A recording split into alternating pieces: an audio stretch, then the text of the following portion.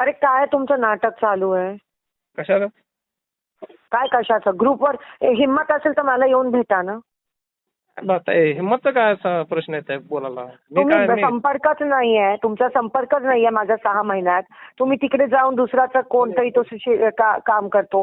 तुम्ही दिसतच नाही आमच्या अडचणीच्या काळात आमच्या सोबत. तुम्ही जे गल्लीत येऊन आमच्याशी मी एवढा तुमचा कट्टर कार्यकर्ता राहून तुम्ही गल्लीत माझ्याबद्दलच येऊन त्यांनी काय नगरसेवक आहे का हे आहे का तुम्ही असं बोलल्यावर आमचं काय किंमतच नाही तर आम्ही काय करायचं काम करून सांगा कोणाचं? पण तुम्ही दिसतच नाही ना. ताई कुणाला पण विचारा, मी जर दिसत नाही म्हणून म्हणलं ना मला विचारायची गरज नाहीये. नाही तुमच्या पायात बबलूचं नाव का टाकलं त्याच्यात? बबलू तर माझ्या संपर्कात आहे.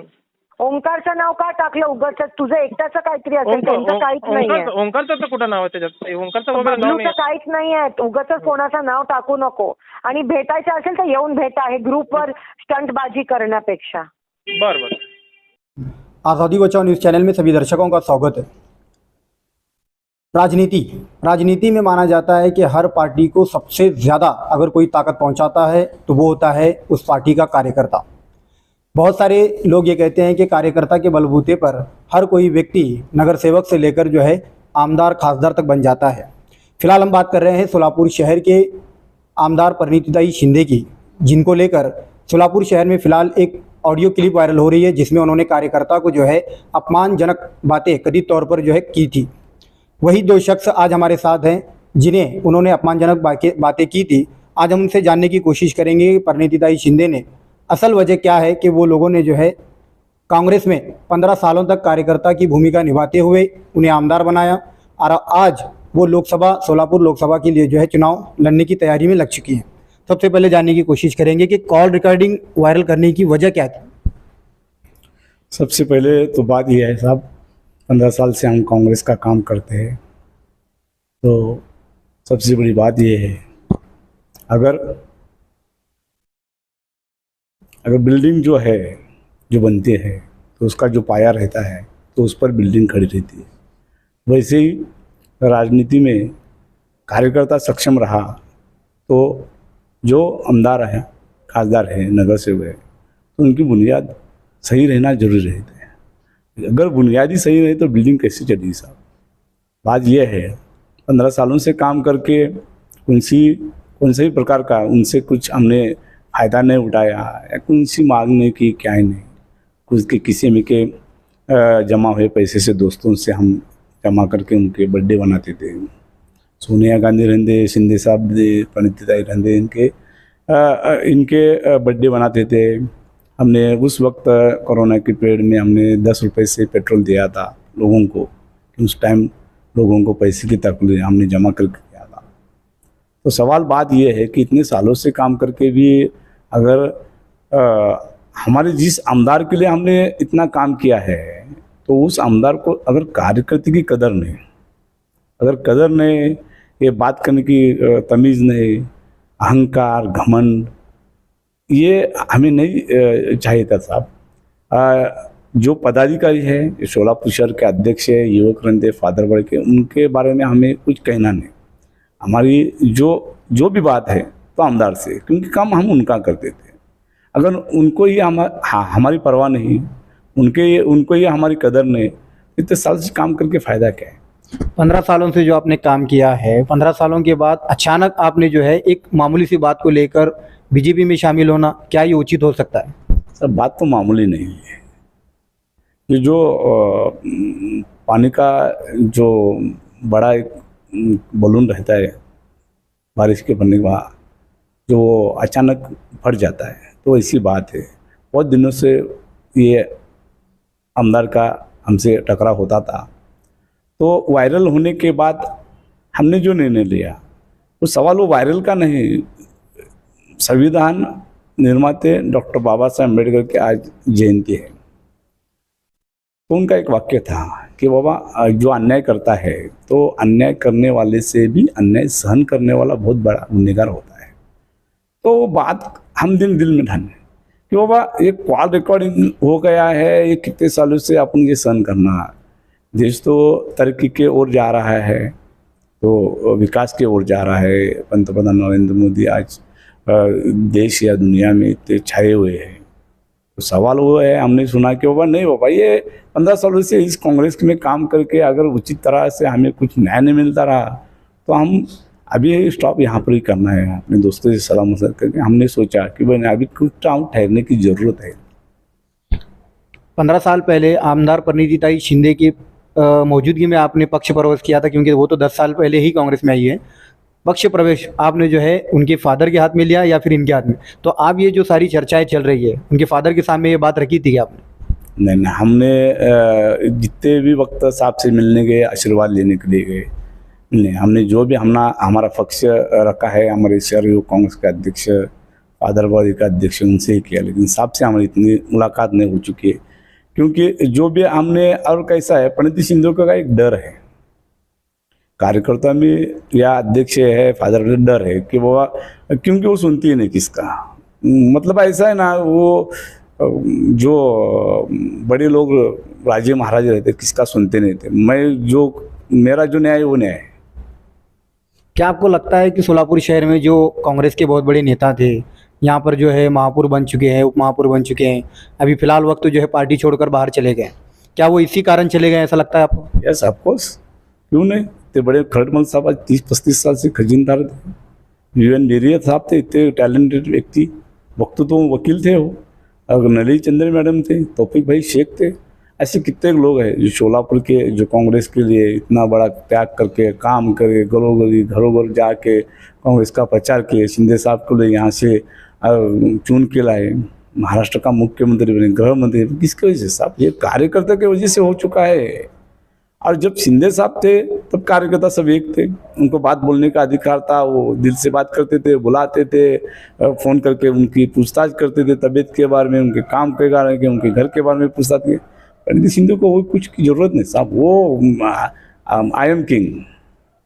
क्या लगता है कि अभी भाजपा में आप जब प्रवेश कर चुके हैं, क्या लगता है कि आपकी वहाँ पे डिमांड सुनी जाएगी या फिर आपकी बात सुनी जाएगी? साहब, हमने तो भाजपा में इसलिए प्रवेश किया है कि जो फिलहाल के जो अभी के जो उम्मीदवार है, मॉरिशस से वो आते हैं, रामजी सातपुते, तो उनका जो कार्य है, तो हमने देखा है, सुना है कि वह मॉरिशस जो तालुका है पर उन्होंने बहुत से अधिक निधि लाए, सुजलाम सुफलाम बनाए। तो हमें ऐसा लगता है कि वो अगर वो इंसान अगर अपने सोलापुर का अगर खासदार हो गया तो वो अपने सोलापुर के बारे में भी कुछ तो करेंगे ना।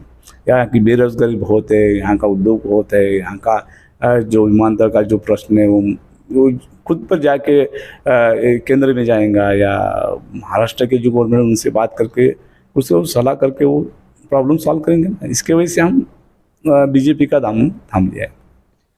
और क्या व्यक्ति है हमारे साथ जिन्होंने जो है कॉल रिकॉर्डिंग वायरल की थी, जिनसे परिणीतिताई शिंदे ने जो है बात की थी, क्या कहना चाहेंगे सर? आपके साथ समय जब बात हुई तो उस वक्त क्या उनका स्वभाव रहा, या फिर आपने कॉल रिकॉर्डिंग के बाद आपने जब उनसे जाकर मिला तो क्या आपको मिला, उनके सामने क्या बातचीत हुई? साहब, मैं पहले बात तो आपको बताना चाहता हूँ, जब ये कॉल रिकॉर्डिंग हो रही थी तब तो उनका जो बात करने का तरीका था बहुत ही अग्रेसिव था। वो अग्रेसिव बात करने के बाद ही मैंने उनको बताया, ताई आप तुम्ही जर असं कार्यकर्त्यांना वागणूक देत असाल तर आम्ही तुमच्यासोबत राहून उपयोग नाही। ये बात करके हमने पक्ष छोड़ने का निर्णय लिया। पक्ष छोड़ने का निर्णय लिया, सब हम दोस्त मिलके हम बैठ के पूरा बातचीत करके कौन कौन आने वाले हैं अपने साथ, सबको बड़े बड़े जो लोग हैं उनका सलाह मसलत लेके हमने पक्ष छोड़ने का निर्णय लिया। जिस पक्ष में इतने बड़े बड़े ताकतवर जो नेता थे, हमारे खरटमल साहब थे, यूएन बेरिया साहब थे, नलिनीताई चंद्रे थे, तौफीक साहब थे, तौफीक शेख साहब, और हमारे पूर्व भाग के जो लीडर रह चुके हैं मेघनाथ विमुल, उनको भी यही उनके तरफ से पूरा वागणूक मिली पूरा। इसकी वजह से वो तो बड़े बड़े लोग हैं, उनके सामने अपनी क्या औकात है, फिर अपन कहाँ तक उनके पास टिकेंगे? 15 साल तो अपने को हमारे लिए उन्होंने कुछ नहीं किया, खाली हमारे सोसाइटी में रास्ता किया, ये किया, सब ये नहीं हो सकता ना। ये बोले तो आपका विकास नहीं है। कार्यकर्ता को कुछ तो आपके पास से अपेक्षा थी, वो अपेक्षा हम भी आपके पास लेके आए थे, वो भी आप नहीं कर दिए। मेरे लड़की का स्कूल में एडमिशन था, मेरे एक दोस्त बहुत ही नजदीक के दोस्त थे, उनके लड़के का भी एडमिशन उन्होंने नहीं कर दिया। साहब ताई के पास जो ये लोग है ना, उनके वजह से पार्टी का नुकसान बहुत हो रहा है, कांग्रेस पार्टी का। तो फिर आपने जब ये पक्ष छोड़ने का जब निर्णय लिया तो आपने उनके वरिष्ठ लोगों से क्यों नहीं बात की, जैसे कि सुशील कुमार शिंदे साहब हो, जिनके नेतृत्व में आपने जो है इतने 15 सालों से काम किया, जहाँ पर आपकी एक आइडियोलॉजी थी कि सर्वधर्म संभव। कांग्रेस यही चाहती है कि समाज के अंदर जो है किसी भी धर्म को जो है जुदा ना किया जाए, लेकिन आज अचानक से आपने आइडियोलॉजी चेंज की और एक हिंदुत्व का एजेंडा वाली पार्टी को जो है आपने उनका झंडा हाथ में लिया है। क्या विचार अचानक से बदल गया? अब मैं आपको पहली बार ये आपके पास गुजारिश करना चाहता हूँ, आपको बात बताना चाहता हूँ, भारतीय जनता पार्टी हिंदूवादी ये नहीं है। नहीं, उसकी विचारधारा तो आइडियोलॉजी आप जाकर गूगल पर चेक करेंगे तो उसकी विचारधारा ही हिंदुत्व है। ये बाबा साहब के संविधान पर चलने वाली पार्टी है। ये तो हर पार्टी देश की चलती है, लेकिन अगर विकिपीडिया पर आप जाकर देखेंगे तो बीजेपी एक हिंदुत्व उसका आइडियोलॉजी है वो। आपने जो अभी बात की कांग्रेस पक्ष के अपने वरिष्ठों को क्यों नहीं बताया? साहब अभी सोलापुर में कांग्रेस बोले तो सिर्फ परिणीति शिंदे है, उनका आदेश सबके ऊपर चालू रहता है। अभी उनके ऊपर कोई नहीं है, शिंदे साहब है, पर शिंदे साहब अपने तरीके से काम कर रहे हैं।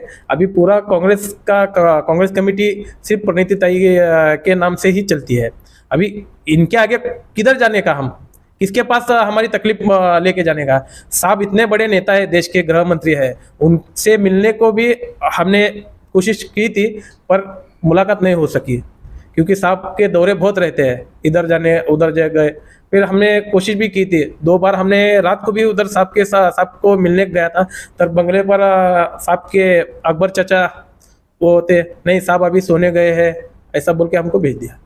मेरे एक दोस्त है बबलू बागवान, उनको लेके गया था मैं पूरा, फिर साहब के साथ मुलाकात नहीं। फिर हमने अंतिम ये हमने पूरा ले कुछ 15 सालों से कांग्रेस में काम कर चुके हैं, अब अचानक जनता के सामने जाएंगे और अचानक से जो है दूसरी पार्टी के लिए वोट मांगेंगे तो कैसा अनुभव रहेगा इस बार? अब साहब अनुभव तो अच्छा है, आ रहा है, अभी लोग खुश हो रहे हैं।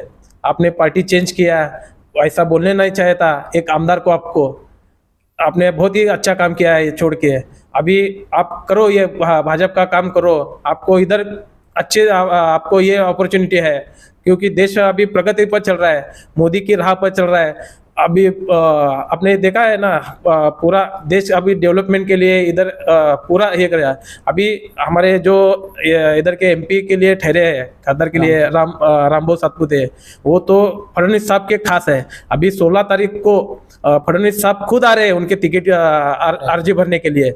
इसके लिए हमें प्रवेश करते समय हमें जब उन्होंने समय दिया था रामबो, हमें एक ही सवाल, हमें एक ही उनके पास से, हमने कोई उनके पास कुछ भी एजेंडा लेके हम उनके पास गए नहीं, उनको यही बोला, भाऊ तुम्ही जे काम सांगेल ते आम्ही करायला तयार आहे, तुम्ही आमच्यावर विश्वास दाखवला, एवढंच आम्हाला कार्यकर्त्याला आम्हाला चांगली वागणूक दिला, त्याबद्दल मी तुमचे आभारी आहे साहेब। तुम्ही आप क्या भी बोलो भाऊ, हम आपके लिए करने के लिए तैयार है। क्या मैसेज देना चाहेंगे आमदार परिणीति शिंदे को कि इस चुनाव में जो है कार्यकर्ताओं के साथ वो कैसे बिहेव करें? ताई साहब को मैं इतना ही बोलना चाहता हूँ, ताई साहब आप कार्यकर्ते की वैल्यू समझो। जो कार्यकर्ता है आपके लिए एक पेड़ के समान है। पेड़ की एक टहनी जब टूट जाती है तो पूरा पेड़ गिर जाता है। पेड़ की एक आधी टहनी भी टूट गई तो पेड़ को नुकसान बहुत पहुंचता है। आप कांग्रेस पक्ष की एक पेड़ है, जो टहनी होती है वो कार्यकर्ता रहता है। मैं आपको यही सलाह देना चाहता हूँ ताई को कि आप आपके पीए से बच के रहिए, आपके पीए ही आपका नुकसान कर रहे हैं, इतना ही मैं आपको बताना चाहता हूँ। तो ये थे हमारे साथ कांग्रेस के कार्यकर्ता जिन्होंने 15 सालों तक कांग्रेस पार्टी का काम हर घर घर जाकर जो है उन्होंने किया, लेकिन आज पार्टी के ऐसे नेता से जो लोकसभा के उम्मीदवार हैं उनकी नाराज़गी के चलते उन लोगों ने पार्टी छोड़कर जो है भाजपा का जो है झंडा अपने हाथों में लिया है। देखते हैं कि सोलापुर लोकसभा चुनाव में किस प्रकार की लड़ाई होती है, क्योंकि कार्यकर्ता ही बहुत सक्षम होते हैं हर किसी की चुनाव को जिताने के लिए। कैमरा पर्सन के साथ मैं अकीम मड़की, आज़ादी बचाओ न्यूज़ के लिए। जय हिंद।